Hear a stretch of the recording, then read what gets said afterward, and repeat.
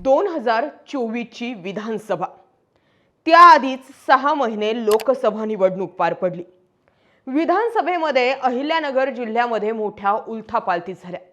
काही असे अनेक हाय व्होल्टेज मतदारसंघ होते जिथे नेमकी भाजप कुठला डाव टाकणार हा प्रश्न होता। त्यातीलच एक मतदारसंघ म्हणजे कोपरगाव विधानसभा मतदारसंघ। तिथे विद्यमान आमदार होते आशुतोष काळे, ते अजित पवारांच्या पक्षाचे। त्यांच्या विरोधामध्ये तयारी करत होते विवेक कोल्हे, जे की मूळचे भाजपचे। 2019 ला स्नेहलता कोल्हे यांचा पराभव झाल्यानंतर 2024 ची विधानसभा कोल्हेंनी सोडणं म्हणजे ही राजकीय आत्महत्या ठरणार होती। मात्र अशा जर आणि तर किंवा पुढे आड आणि मागे विहीर अशा पद्धतीची परिस्थिती असताना सुद्धा विवेक कोल्हेंना 2024 च्या विधानसभेत खाली बसवलं। विवेक कोल्हेंच्या कार्यकर्त्यांचा एकच आक्रोश होता, भैया खाली का बसले? उत्तर मिळालं की विवेक कोल्हेंना थेट राज्यसभा मिळते। मग राज्यसभा मिळणार म्हटल्यानंतर काही काळ कार्यकर्त्यांना शांत केलं गेलं। मात्र राज्यसभा मिळेल याची दूर दूर शक्यता कमी होत गेली आणि विवेक कोल्हेंच्या कार्यकर्त्यांचं मनोबल खच्चीकरण झालं। त्यानंतर नगर परिषदा निवडणुका पार पडल्या। या नगर परिषदा निवडणुकांमध्ये पराग संधान निवडून आणण्यामागे विवेक कोल्हेंचा रोल महत्त्वाचा ठरला। एक नगर परिषद आम्ही आमच्या जीवावरती भाजपला दिली, नगर परिषद मारली तशी विधानसभाही मारू। याच नगरपालिका निवडणुकांमध्ये आशुतोष काळेंकडून एक चूक झाली किंवा त्यांच्या समर्थकांकडून एक चूक झाली। 2024 ला आपण स्वतः विवेक कोल्हेंना विधानसभा लढवू नका असं आम्ही म्हटलोच नव्हतो, असं आशुतोष काळेंनी स्पष्ट केलं। हे स्पष्ट केल्यानंतर विवेक कोल्हेंचे कार्यकर्ते तसेही चौताळले होते। मात्र विवेक कोल्हेंच्या हातात काहीच पडत नव्हतं। विवेक कोल्हेंच्या पराभवाला किंवा विवेक कोल्हेंच्या डाऊनफॉलला कारण कुठे ना कुठे विखे जोडले जात होते।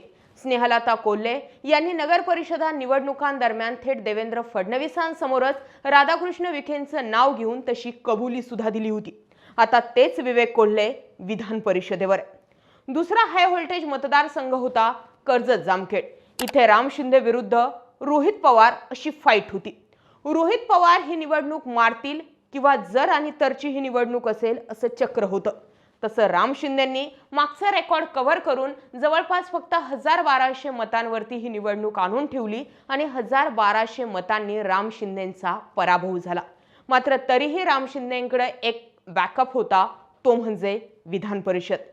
याचा अर्थ राम शिंदे हेही माजी झाले नाही आणि आता विवेक कोल्हे विधान परिषदेवर जातात, याचा अर्थ आता त्यांच्यावरही माजी हा टॅग राहिला नाही। आणि आता हे टॅग 2 निघाल्यानंतर जवळपास जिल्ह्यात सगळीकडे सत्ताधारीच लोक आहेत, म्हणजे महायुतीचे जवळपास सर्वच आजी आहेत, मात्र एकटे सुजय विखे माजी आहेत। सुजय विखेंचा लोकसभेला झालेला पराभव आणि त्या पराभवानंतर बदललेली स्ट्रॅटर्जी सांगते की आत्ताच्या घडीला सुजय विखेंच्या हातात काहीच का पडत नाहीये, या प्रश्नापेक्षा महत्त्वाचं आहे की सुजय विखे नेमकं भाजपला नकोयत की मग काहीतरी बी प्लॅन आहे। सुजय विखेंचा लोकसभेला पराभव झाला त्याआधीच मी जसं 2019 च्या निवडणुकांचं विश्लेषण करताना सुजय विखेंना प्रश्न केला होता की तुम्ही तुमची 2019 ची लोकसभा निवडणूक आठवा। तुमच्या लोकसभा निवडणुकीमध्ये तुम्ही एकटे आजी होते आणि तुम्हाला निवडून आणणारे सगळे माजी होते। मग ते शिवाजीराव कडिलेंपासून राम शिंदेंपासून बाकी सरसकट आमदार माजी झाले होते आणि कारण तुम्हीच सांगितलं जात होतं। आता 2024 ची परिस्थिती अशी झाली की एकटे सुजय विखे माजी आहेत आणि त्यांच्या सोबतचे महायुतीचे सगळेच आजी आहेत। आता सुजय विखेंनी नगर परिषदा किंवा नेवासा असेल, तिकडे संगमनेर असेल, तिकडे पारनेर असेल, महानगरपालिका निवडणुका असतील, नगर परिषदा असतील, सगळीकडे विखे घराण्याची ताकद दाखवली आहे। अनेक सीट्स निवडून आणलेत, अनेक आमदार निवडून आणलेत, पण तरीही सुजय विखे माजी आहेत। मग सुजय विखेंचं पुनर्वसन होणारच नाहीये की भाजपच सुजय विखेंचं पुनर्वसन होऊ देत नाहीये, की जिल्ह्यातील एक अशी अदृश्य शक्ती आहे की जी नेहमीच भाजपची असून विखेंच्या विरोधात राहिली, ती अदृश्य शक्ती इथे काम करते। कळतंय मी कुणाबाबत बोलते? राम शिंदे। उभ्या जिल्ह्याला माहिती आहे की राम शिंदे विरुद्ध विखे हा सुप्त संघर्ष गेल्या अनेक वर्षांपासून सुरू आहे। जर राम शिंदे यथाकदाचित विधानसभेवर निवडून जात होते तर जी आज राधाकृष्ण विखेंची पॉवर आहे त्याच पॉवरमध्ये राम शिंदेही असते। मात्र 1000 मतांनी का होईना राम शिंदेंच्या त्या ताकदीवर काही प्रमाणावरती लगाम बसली। आज त्यांच्याकडे विधान परिषदेचं सभापतीपद आहेच हे जगाला दिसणार, मात्र ते देवेंद्र फडणवीसांच्या जवळचे आहे असंही म्हटलं जातं। तिकडून राधाकृष्ण विखेही जवळचे आहेत, राम शिंदेही जवळचे आहेत, मात्र राम शिंदे म्हणतील तसं घडतंय हेही दिसून आलंय। आणि त्यामुळे विवेक कोल्हे विधान परिषदेवर जातील की नाही जातील, ते नाही गेले तर फायदा कुणाला आणि ते गेले तर तोटा कुणाला हे ओळखून विवेक कोल्हेंना योग्य वेळी विधान परिषद देण्यात आली आहे आणि आता एकट्या सुजय विखेंना माजी ठेवण्यात आले। सुजय विखेंनी जिल्ह्यामध्ये पक्षाला ताकद दिली आहे। सुजय विखेंनी नगर परिषदा असतील किंवा अनेक विधानसभा मतदारसंघ असतील किंवा महानगरपालिका असेल, अनेक गोष्टी भाजपला दिल्यात, तरीही सुजय विखे माजीच।